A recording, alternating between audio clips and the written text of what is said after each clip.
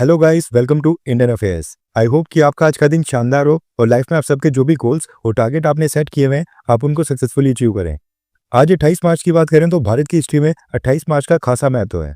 साल 1737 में 28 मार्च के दिन ही बाजीराव प्रथम के नेतृत्व में मराठा सेना ने अचानक से दिल्ली के बाद तालकटोरा में पहली बार मुगलों के ऊपर आक्रमण किया था और दिल्ली की लड़ाई में उन्हें बुरी तरह से हरा दिया था। यह युद्ध मुगल साम्राज्य के पतन और मराठा शक्ति के उदय का एक बहुत ही महत्वपूर्ण मोड़ साबित हुआ था एंड इसको मराठास और मुगल्स के बीच फर्स्ट बैटल ऑफ दिल्ली भी कहा जाता है, जिसमें मराठास ने मुगलों की सेना को बुरी तरह से हराकर मुगल एम्परर मोहम्मद शाह से मालवा और उसके आसपास की टेरिटरी को ले लिया था, जिसमें मॉडर्न डे मध्य प्रदेश और राजस्थान का काफी बड़ा इलाका आता है। इस जीत के बाद आगे आने वाले सालों में भी मराठास ने नॉर्थ में मुगल्स के ऊपर और कई सारे अटैक किए थे और मुगलों की सेना को कई बार हराया था।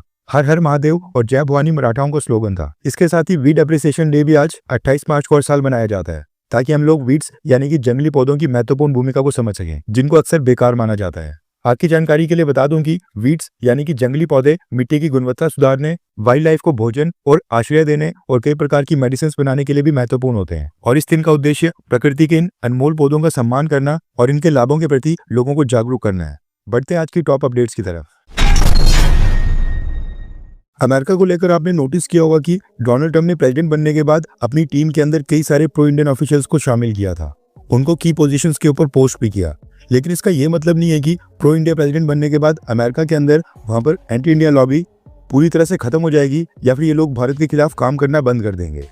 उल्टा ये जो अमेरिका के अंदर भारत के खिलाफ काम करने वाली लॉबी है, इसने डोनाल्ड ट्रंप के आने के बाद भारत के ऊपर अटैक्स और भी तेज कर दिए हैं। लेकिन इसमें भी भारत को चिंता करने की जरूरत नहीं है, और ऐसा क्यों है उसके ऊपर हम आगे बात करेंगे। दरअसल हुआ ये कि अमेरिका के अंदर United States Commission on International Religious freedom ने एक रिपोर्ट जारी की, जिसमें भारत की इंटेलिजेंस एजेंसी रॉ और इंडियन डिप्लोमेट्स को बैन करने से लेकर भारत सरकार के ऊपर कई तरह की रिस्ट्रिक्शंस लगाने की मांग की गई। अब ये जो United States Commission on International Religious freedom एक इंडिपेंडेंट यूएस गवर्नमेंट की बॉडी है, जो दुनिया भर के देशों में रिलीजियस फ्रीडम का एनालिसिस करती है और कौन से देश के अंदर धर्म के नाम के ऊपर वहां पर हिंसा या फिर भेदभाव हो रहा है, धर्म के नाम के ऊपर सरकार माइनॉरिटीज को टारगेट कर रही है और कहां पर रिलीजियस माइनॉरिटीज सेफ नहीं है, इसके आधार पर यह एजेंसी यूएस गवर्नमेंट को रिकमेंडेशंस देती है। United States Commission on International Religious freedom ने इस साल की जो रिपोर्ट जारी की, उसमें डोनाल्ड ट्रंप एडमिनिस्ट्रेशन को सुझाव दिया गया कि भारत में मुस्लिम्स और बाकी रिलीजियस माइनॉरिटीज के साथ लगातार भेदभाव हो रहा है। भारत की इंटेलिजेंस एजेंसी रॉ के एजेंट्स कनाडा और अमेरिका में आकर यहाँ पर खालिस्तानी एक्टिविस्ट को असैसिनेट तक करने की कोशिश कर रहे हैं। इसलिए भारत को कंट्रीज ऑफ पर्टिकुलर कंसर्न्स की कैटेगरी में डालकर भारत के ऊपर निगरानी को और भी सख्त किया जाए और भारत सरकार के ऊपर कुछ रिस्ट्रिक्शंस लगाए जाएं। एंड आपको ये जानकर हैरानी होगी कि यूएस सीआईआरएफ ने भारत को उस कैटेगरी में डालने के लिए कहा जिसमें Afghanistan, China, Iran, north Korea, Pakistan, Russia और सऊदी अरब जैसे देश हैं।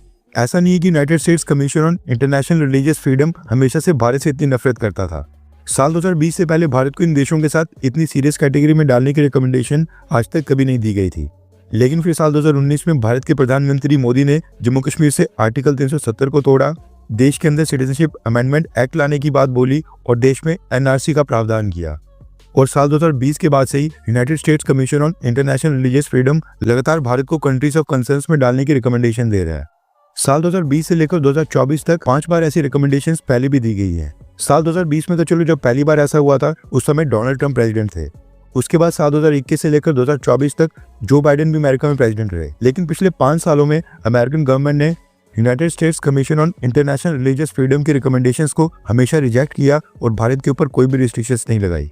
यानी ना डोनाल्ड ट्रंप ने उस समय लगाई थी, ना ही जो बाइडेन ने 4 बार, और ये 6th टाइम है, यानी कि 6ठी बार है जब इस एजेंसी ने भारत के ऊपर आरोप लगाते हुए रिस्ट्रिक्शंस की डिमांड की है। और पूरी पॉसिबिलिटी है कि इस बार भी Donald Trump United States Commission on International Religious freedom की इस रिक्वेस्ट को नहीं मानेंगे और इस रिपोर्ट के अंदर जो भारत वाला सेक्शन है इसको फाड़कर डस्टबिन में जाने वाला है। भारत सरकार के विदेश मंत्रालय ने भी इस इंसिडेंट के ऊपर कॉमेंट किया है और डोनाल्ड ट्रंप एडमिनिस्ट्रेशन को सुझाव दिया है। भारत सरकार के स्पोक्सपर्सन ने कहा है कि हमने यूएस सीआईआरएफ की 2025 एनुअल रिपोर्ट देख ली है, जो एक बार फिर से बाइस्ड है और पॉलिटिकली मोटिवेटेड असेसमेंट्स जारी करने का अपना खुद का पैटर्न दिखाती है। भारत ने कहा कि यूएस सीआईआरएफ बार बार छोटी मोटी घटनाओं को बढ़ा चढ़ाकर दिखाती है और भारत की मल्टीकल्चरल सोसाइटी को गलत तरीके से दिखाने की कोशिश करती है। ये रिलीजियस फ्रीडम की चिंता से ज्यादा एक एजेंडा चलाना लगता है। भारत ने कहा कि United States Commission on International Religious freedom जो एक एजेंडे के तहत भारत के खिलाफ काम कर रही है उसको हम कभी भी पूरा नहीं होने देंगे। फैक्ट तो ये है कि यूएस गवर्नमेंट को उल्टा United States Commission on International Religious freedom को ही एंटिटी ऑफ कंसर्न्स की कैटेगरी में डाल देना चाहिए। ये लोग इसी लायक हैं जो फेक नैरेटिव फैलाने का काम करते हैं, और भारत नहीं बल्कि इन्हीं के ऊपर रोक लगाओ, ये कहना है भारत का। अब सवाल ये खड़ा होता है कि क्या डोनाल्ड ट्रंप भारत को कंट्रीज ऑफ पर्टिकुलर कंसर्न्स की कैटेगरी में डालेंगे या फिर नहीं। साल 2020 में जब डोनाल्ड ट्रंप का पहला कार्यकाल हुआ था, उस समय भी डोनाल्ड ट्रंप ने इस तरह की रिकमेंडेशन के ऊपर भारत के खिलाफ कोई भी ऐसा काम नहीं किया था। एंड उसके बाद आपको तो पता ही कि जो बाइडेन अमेरिका के अंदर प्रेसिडेंट बने, उन्होंने भी लगातार 4 साल इस रिपोर्ट को रिजेक्ट किया और भारत को कंट्रीज ऑफ पर्टिकुलर कंसर्न्स की कैटेगरी में कभी नहीं डाला। इसलिए अगर डोनाल्ड ट्रंप को देखा जाए तो 99% चांसेस हैं कि डोनाल्ड ट्रंप इस रिपोर्ट को भी रिजेक्ट करेंगे और भारत के खिलाफ इस तरह का कोई भी स्टेप नहीं उठाया जाएगा। फिलहाल जो दोनों देशों के बीच रिश्ते चल रहे हैं, उसको देखकर कोई भी अमेरिकन प्रेसिडेंट ऐसा स्टेप उठाकर भारत के साथ रिश्ते खराब बिल्कुल नहीं करना चाहेगा। खैर, आपको क्या लगता है कि भारत सरकार को अपनी दोस्ती के एफर्ट्स किसके साथ ज्यादा लगाने चाहिए, डोनाल्ड ट्रंप के साथ या फिर रशियन प्रेसिडेंट व्लादिमीर पुतिन के साथ? नीचे कमेंट करके अपनी राय जरूर बताएं। जब भी इंटरनेशनल मार्केट में क्रूड ऑयल की कीमतें बढ़ती हैं, उसकी वजह से ना सिर्फ हमारे देश की आम पब्लिक की जेब ढीली होती है, बल्कि भारतीय सरकार भी इससे काफी ज्यादा चिंतित हो गई है, क्योंकि हर साल कई बिलियन डॉलर्स लगातार भारत से बाहर जा रहे हैं। भारतीय सरकार का क्रूड इंपोर्ट बिल, यानी जो पैसा हमें क्रूड ऑयल परचेज करने के लिए खर्च करना पड़ता है, वो भी लगातार साल दर साल बढ़ते जा रहा है। पिछले साल भारत ने 132 बिलियन डॉलर्स का क्रूड ऑयल इंपोर्ट किया था, और जिस हिसाब से भारत में लोगों की इनकम बढ़ रही है, ज्यादा संख्या में लोग अब 2 व्हीलर्स और 4 व्हीलर्स कार्स परचेज कर रहे हैं, उसको देखकर लग रहा है कि आगे आने वाले 6 से 7 सालों के अंदर ही भारत की क्रूड ऑयल की कंजप्शन बहुत ही तेजी से बढ़ने वाली है और भारत को 200 बिलियन डॉलर्स का अकेले क्रूड ऑयल ही परचेज करना पड़ जाएगा। लॉन्ग टर्म में इसका एक ही सोल्यूशन है, लोगों को इलेक्ट्रिक व्हीकल्स के ऊपर शिफ्ट करवाया जाए। मगर ये चीज भारत में देखी जा रही है कि जिस स्पीड से इलेक्ट्रिक व्हीकल्स चाइना या फिर वेस्टर्न कंट्रीज के अंदर पॉपुलर हो रहे हैं, सेम उसी स्पीड से भारत में इलेक्ट्रिक व्हीकल्स की लोकप्रियता बिल्कुल नहीं बढ़ पा रही है। और जो 2 व्हीलर इलेक्ट्रिक व्हीकल्स में फायर इंसिडेंट सामने निकल कर आ रहे हैं, रास्ते चलते बैटरीज में आग लग रही है, ऊपर से चार्जिंग इंफ्रास्ट्रक्चर भारत में बिल्कुल नहीं है, उसके कारण भारत के आम लोग इलेक्ट्रिक व्हीकल से परहेज कर रहे हैं। भारतीय सरकार अपनी तरफ से काफी सारी कोशिश कर रही है। इलेक्ट्रिक व्हीकल्स के ऊपर सरकार सब्सिडी दे रही है, पेट्रोल में मिथेनॉल को ब्लेंड किया जा रहा है, हाइड्रोजन फ्यूल बेस्ड व्हीकल्स को लाने की कोशिश हो रही है, लेकिन ये सारे कदम बिल्कुल नाकाफी साबित हो रहे हैं। ऐसे में क्रूड ऑयल की इंपोर्ट बिल को थोड़ा सा नीचे लाने के लिए भारत सरकार ने एक बहुत ही बड़ा कदम उठाने का फैसला किया था। देश के अंदर जहां भी हाइड्रोकार्बन या फिर क्रूड ऑयल रिजर्व्स होने की संभावना मिली है, जहां पर भी आज से पहले सीस्मिक सर्वे किए गए थे, उस हर एक जगह के ऊपर सर्वे और स्टडी को बढ़ाकर रिजर्व्स ढूंढने की कोशिश की जाए। और गुड न्यूज ये निकल कर आ रही है कि इसी दिशा में भारत को एक बहुत ही बड़ी सफलता मिली है।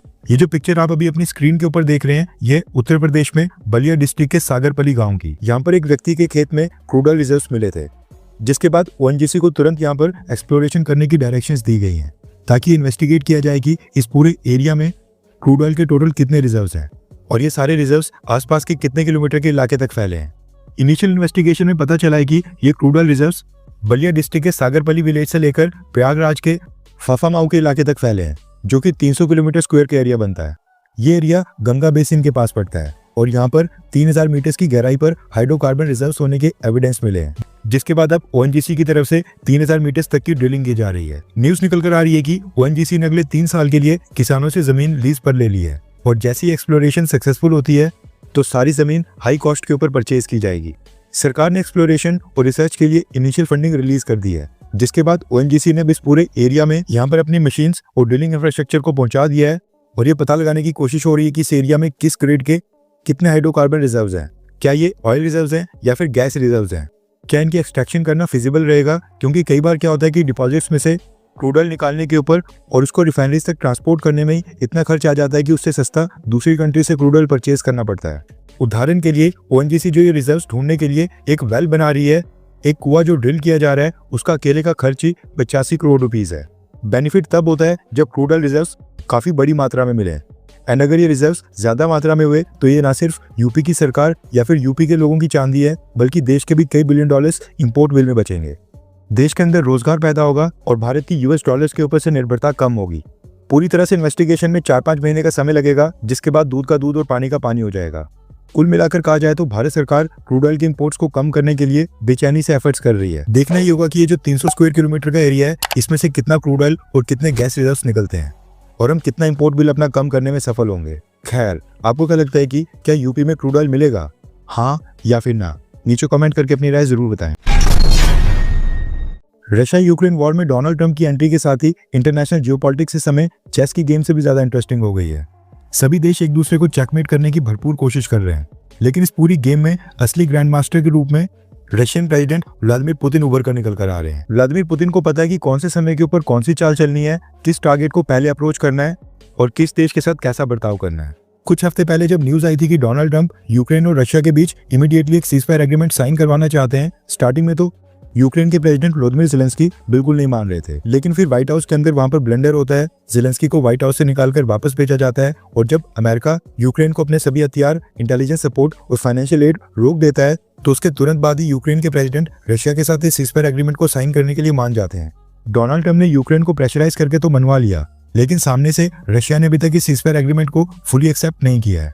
डोनाल्ड ट्रंप एडमिनिस्ट्रेशन लगातार रशिया के कांटेक्ट में है और रशिया को इस सीजफायर एग्रीमेंट साइन करवाने की हर संभव कोशिश कर रहा है। रशिया ने क्या किया कि ग्राउंड के ऊपर सीजफायर करने से पहले ब्लैक सी के रीजन में सीजफायर करने के लिए मान गया। सबसे पहले आप ये नक्शा देखिए, यूक्रेन और रशिया के ठीक नीचे ब्लैक सी। अब ये जो आप ग्रीन कलर के एरोस देख रहे हैं, ये रशिया के ग्राउंड फोर्सेस और एयरफोर्स के अटैक्स। लेकिन रशिया इस समय यूक्रेन के ऊपर डबल नहीं बल्कि ट्रिपल अटैक कर रहा है। सबसे पहले ग्राउंड फोर्सेस की मदद से, उसके बाद ग्राउंड फोर्सेस को एयर सपोर्ट मिल रही है और तीसरा अटैक हो रहा है ब्लैक सी की तरफ से। ये जो आप रेड कलर के एरोस देख रहे हैं, ये शो करता है रशियन नेवी के अटैक्स की डायरेक्शंस को। रशिया ने ब्लैक सी के अंदर सबमरीन्स और नेवल वॉरशिप्स डिप्लॉय करके रखे हुए हैं, जो कि यूक्रेन की पोर्ट सिटी और आसपास के रीजन में लगातार स्ट्राइक्स कर रहे हैं। अब डोनाल्ड ट्रंप जो रशिया के साथ सीजफायर एग्रीमेंट साइन करने की नेगोशिएशंस कर रहे हैं, उसमें ट्रंप ने पुतिन से कहा कि जब तक फुल सीजफायर एग्रीमेंट के ऊपर बात नहीं बन जाती है, तब तक के लिए ब्लैक सी के रीजन में ही अटैक्स रोक दिए जाएं और ब्लैक सी के रीजन को लेकर एक सीजफायर एग्रीमेंट साइन कर लिया जाए। सऊदी अरब के अंदर अमेरिका और रशिया के डेलीगेशन ने 3 दिन तक मीटिंग्स की, जिसके बाद रशिया ने इस चीज के लिए हामी भर दी थी और डोनाल्ड ट्रंप एडमिनिस्ट्रेशन ने पूरी दुनिया के सामने अनाउंस कर दिया कि अब रशिया और यूक्रेन के बीच एक नेवल पीस डील साइन हो जाएगी, जिसके बाद रशिया ब्लैक सी से यूक्रेन के ऊपर हमला नहीं करेगा। ब्लैक सी के रीजन में सेफ नेविगेशन को बढ़ावा दिया जाएगा, ब्लैक सी के रास्ते ट्रेड को बढ़ावा दिया जाएगा और शिपिंग रूट्स दोबारा से स्टार्ट होंगे। लेकिन फिर सामने तो रशियन प्रेसिडेंट व्लादिमीर पुतिन का अपना स्टाइल है। रेफरेंस के लिए आपकी स्क्रीन के ऊपर आर्टिकल का स्क्रीनशॉट है। न्यूज निकल कर आ रही है कि अमेरिका के मैरीटाइम पीस डील की अनाउंसमेंट करने के बाद उसके 12 घंटे के अंदर ही रशियन नेवी ने यूक्रेन की पोर्ट सिटी के ऊपर ओवरनाइट स्ट्राइक्स कर दी हैं। यूक्रेन का ब्लैक सी के ऊपर मिकोलेव पोर्ट है, जिसके ऊपर रशिया ने ड्रोन अटैक्स और मिसाइल अटैक्स किए हैं। यूक्रेन की एयरफोर्स का कहना है कि रशिया की तरफ से टोटल 117 ड्रोन्स भेजे गए थे, जो कि अब तक का इधर का सबसे बड़ा हमला है। पोर्ट के ऊपर हमला करने के साथ ही रशियन गवर्नमेंट ने अमेरिका के सामने कुछ डिमांड्स रखी हैं। रशिया ने अपने कुछ बैंक्स, एक्सपोर्टर्स और कुछ कंपनीज के नाम दिए हैं और कहा कि सबसे पहले इनके ऊपर से सैंक्शंस को रिमूव किया जाए। ये बैंक्स और एंटिटीज एग्रीकल्चर और फर्टिलाइजर से संबंधित हैं। रशिया ने डिमांड रखी है कि सबसे पहले इनके ऊपर लगे प्रतिबंध हटाए जाएं एंड इनको स्विफ्ट इंटरनेशनल पेमेंट मैकेनिज्म के साथ जोड़ा जाए। उसके बाद ही रशिया इस ब्लैक सी के रीजन में मैरीटाइम पीस डील के लिए मानेगा, यानी कि इसको इम्प्लीमेंट करेगा। अभी जो स्विफ्ट पेमेंट मैकेनिज्म है, इसके साथ रशियन बैंक्स को जोड़ने के लिए यूरोपियन कंट्रीज का अप्रूवल भी चाहिए, जो कि यूरोपियन लीडर्स की हाल की स्टेटमेंट से तो काफी मुश्किल लग रहा है। लेकिन अब ये सारा प्रेशर अमेरिका के ऊपर आ गया है। अमेरिका को यूरोपियन कंट्रीज को मनाना पड़ेगा कि रशियन बैंक्स के ऊपर लगे सैंक्शंस को रिमूव किया जाए। रशिया ने कहा है कि जब तक उनके बैंक्स और एक्सपोर्टर्स के ऊपर लगे सैंक्शंस नहीं हटेंगे, तब तक ये नेवल सीजफायर एग्रीमेंट बिल्कुल लागू नहीं होगा एंड रशिया ब्लैक सी के रास्ते भी हमला करता रहेगा। कहने का मतलब है कि रशिया इस समय फुल ब्लैकमेलिंग मोड के ऊपर है, क्योंकि रशिया को पता है कि डोनाल्ड ट्रंप जल्द से जल्द सीजफायर एग्रीमेंट साइन करवाकर यूक्रेन से मिनरल्स को निकालना चाहते हैं। इसलिए रशिया के पास ये अच्छा मौका है अपने ऊपर सैंक्शंस हटवाने का।